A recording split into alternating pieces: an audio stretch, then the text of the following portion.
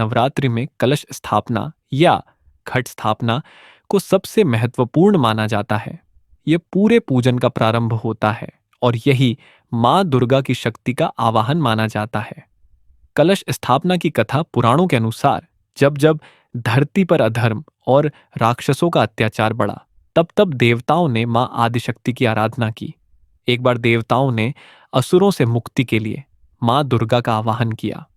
उन्होंने पहले विधिपूर्वक कलश स्थापना की और फिर माँ भगवती का आह्वान किया। उसी समय माँ दुर्गा प्रकट हुईं और उन्होंने महिषासुर जैसे असुरों का संहार किया। इसलिए परंपरा चली कि नवरात्रि में सबसे पहले कलश स्थापना की जाए, जिससे माँ दुर्गा का आवाहन हो और वे भक्तों के घर घर विराजमान होकर उन्हें शक्ति, सुख और समृद्धि प्रदान करें। कलश क्यों स्थापित किया जाता है? एक शक्ति का प्रतीक। कलश में नारियल, आम के पत्ते, जल, सुपारी, धान्य, अनाज आदि रखे जाते हैं। यह समृद्धि, जीवन और शक्ति का प्रतीक है।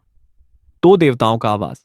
शास्त्रों में वर्णन है कि कलश में त्रिदेव, ब्रह्मा, विष्णु, महेश, सप्तर्षि, अर्षि और नवरात्रि की 9 देवियां विराजमान होती हैं।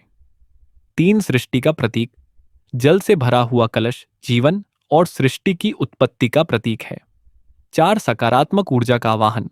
इसे घर या पूजा स्थान पर रखने से वातावरण पवित्र और ऊर्जावान होता है।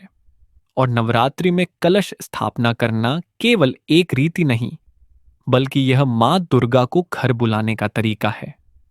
इसे सृष्टि, ऊर्जा, समृद्धि और शुभता का प्रतीक माना जाता है।